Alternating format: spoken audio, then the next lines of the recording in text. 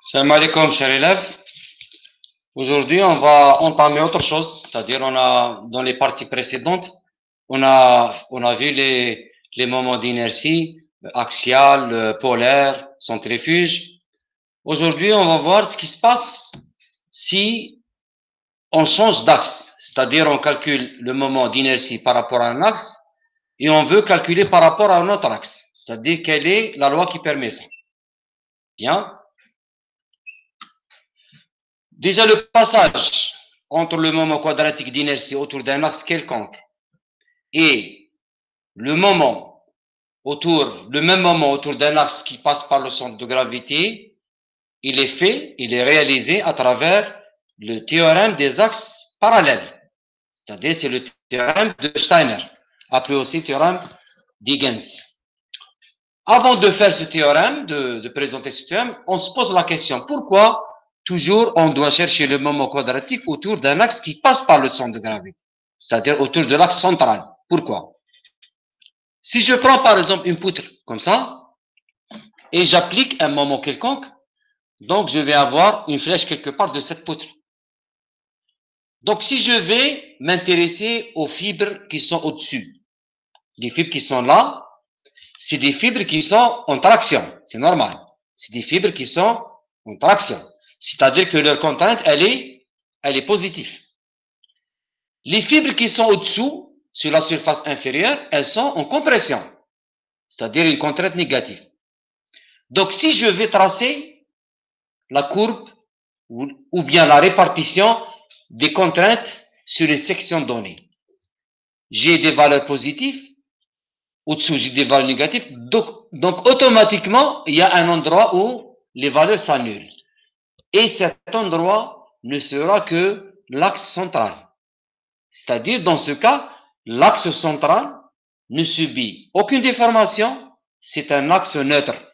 Donc, dans les problèmes de flexion comme ça, donc on considère que l'axe central, c'est un axe neutre. On n'a rien de déformation. C'est pratiquement la même démarche qu'on fait dans les arbres, dans le cas de torsion, considère que l'axe central ne bouge pas, il n'y a pas de torsion, donc c'est un axe neutre. Mais quelle est la condition qui me permet de dire ça? C'est la condition des petites déformations. Donc, avant de faire le cours, on a posé des hypothèses simplificatrices, parmi lesquelles on a posé l'hypothèse des petites déformations ou petites perturbations. D'accord? C'est la seule qui nous permet d'affirmer que l'axe central, c'est un axe neutre. Bien. Maintenant, aujourd'hui, on va voir justement le théorème des axes parallèles. C'est le théorème de Steiner. C'est un théorème qui vous donne la relation entre le moment d'inertie par rapport à l'axe central qui passe par le centre de gravité C. Donc, c'est par rapport au moment d'inertie par rapport à l'axe X', en relation avec le moment d'inertie par rapport à n'importe quel axe, mais qui lui est parallèle, c'est clair. Donc, si je prends par exemple cet axe petit x, il est parallèle à l'axe central, donc les distances sont connues, donc je peux calculer ou bien poser mon théorème. Bien. Donc, je vais calculer le moment quadratique de n'importe quelle surface élémentaire dA par rapport à l'axe X qui est parallèle à l'axe XC passant par le centre de gravité. Par définition, bien sûr, le moment par rapport à X, c'est quoi? C'est dA fois la distance au carré entre l'élément et l'axe. Et cette distance, c'est Y plus D1 au carré. Donc, Y plus D1 au carré. Je vais développer cette intégrale, le carré, donc c'est Y carré dA plus 2 fois dA, Y plus D1 au carré. Cette intégrale, je la connais. Intégrale de Y carré dA, c'est le moment quadratique par rapport à l'axe central. C'est IXC. YDA, c'est quoi? C'est le moment statique. Intégrale de YDA, moment statique par rapport à cet axe. Et le moment statique par rapport à un axe qui passe par le centre de gravité, il est nul. Donc le moment statique par rapport à l'axe XC, passant par le C, centre de gravité, il est nul. Et dA à l'intégrale de dA, c'est A. Donc je vais obtenir le moment quadratique IX, c'est-à-dire le moment par rapport à cet axe, égal au moment par rapport à l'axe central, plus la section fois la distance entre les deux axes, D1 au carré. Et c'est ça l'une des équations de Steiner, l'une des théorèmes des axes parallèles. L'autre moment par rapport à Y, je fais de la même manière, je démontre cette équation. Donc le moment de cette surface par rapport à cet axe, égale le moment par rapport à cet axe central, plus la section elle-même multipliée par la distance entre les deux axes au carré. Les deux axes, bien sûr, c'est des axes parallèles. Bien. On va poser des remarques. Donc, la connaissance de l'un des moments permet l'obtention de l'autre, c'est clair. Si vous connaissez l'un, si vous connaissez celui-là, vous pouvez tirer directement l'autre moment, sachant les dimensions et les distances. Bien. Si je connais le moment d'inertie par rapport à un axe quelconque, je peux obtenir le moment d'inertie centrale par soustraction. Il faut faire attention, c'est par soustraction. Donc c'est X central, moment quadratique par rapport à l'axe qui passe par le centre de gravité, l'axe central, égale le moment par rapport à n'importe quel axe, moins A fois la distance entre les deux axes au carré. Deuxième remarque, pour une direction donnée, c'est clair que le moment d'inertie centrale est sur la valeur, elle est la plus basse. C'est clair?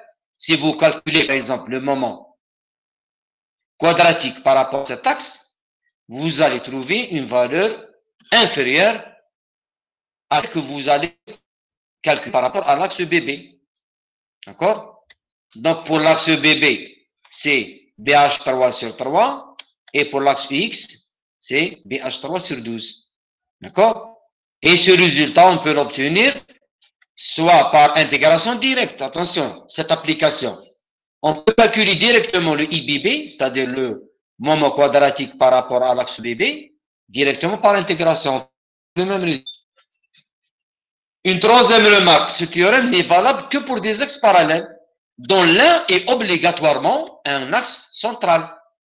C'est-à-dire, si vous voulez appliquer la relation de Steiner, théorème de Steiner, entre cet axe 1 et cet axe 2, on ne peut pas. D'accord? Donc, on doit toujours passer par un axe central. C'est-à-dire, si on vous demande de calculer IX2, le moment par rapport à 2, connaissant le moment par rapport à 1. Obligatoirement, je dois passer par le moment autour de XC par ce théorème. Je sais que le moment par rapport à XC, c'est le moment par rapport à 1 moins AD1 au carré. Et je reviens à I2 que je vais l'exprimer en fonction de XC. Central, l'axe central.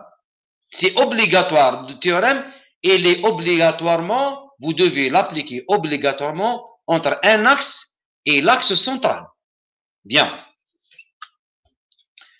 Quatrième remarque, ce théorème est aussi valable pour le moment polaire. On va le démontrer.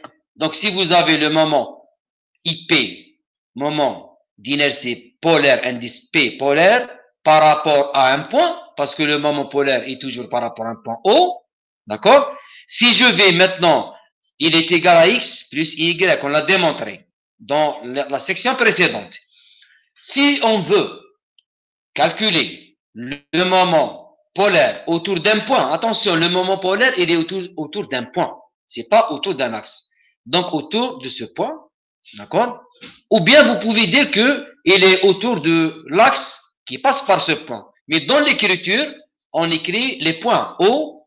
Si vous voulez calculer par exemple le point C, donc je vais, c'est quoi? C'est XC plus YC, c'est clair, on l'a déjà vu.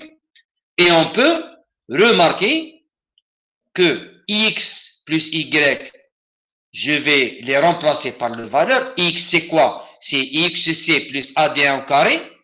Y, c'est YC plus AD2 au carré. Sachant que D1 au carré plus D2 au carré, c'est cette distance au carré plus cette distance au carré. Cette distance au carré. plus cette distance au carré, elle est égale à d au carré. D au carré.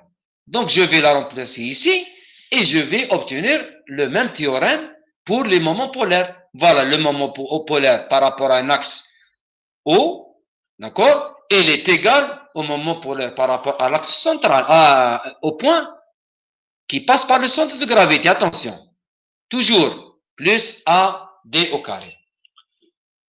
Une autre remarque, c'est que ce théorème, il est aussi valable pour le produit d'inertie, qui est appelé aussi le moment d'inertie centrifuge.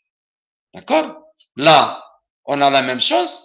Le produit d'inertie entre les axes X, C, c'est quoi? C'est X, Y plus D1, c'est la distance Y plus D1 fois la coordonnée X plus D2. Voilà. X plus D2 fois la coordonnée Y plus D1. C'est-à-dire, c'est la coordonnée de votre élément par rapport à l'axe considéré. Voilà.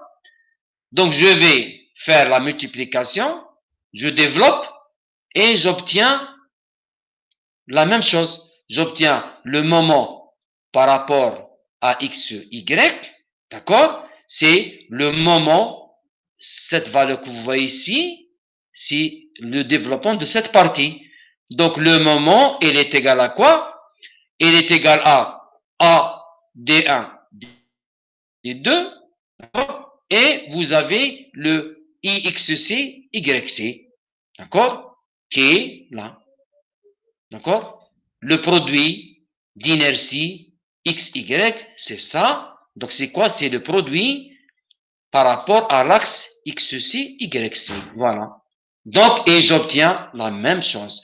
C'est-à-dire, ceci dit, c'est-à-dire que le théorème ou bien la translation des axes, le théorème des axes parallèles, théorème de Steiner, il est valable pour tous les moments. Le moment quadratique, le moment axial, le moment polaire, c'est-à-dire c'est le moment d'inertie polaire, et le produit d'inertie qui est le moment d'inertie centrifuge.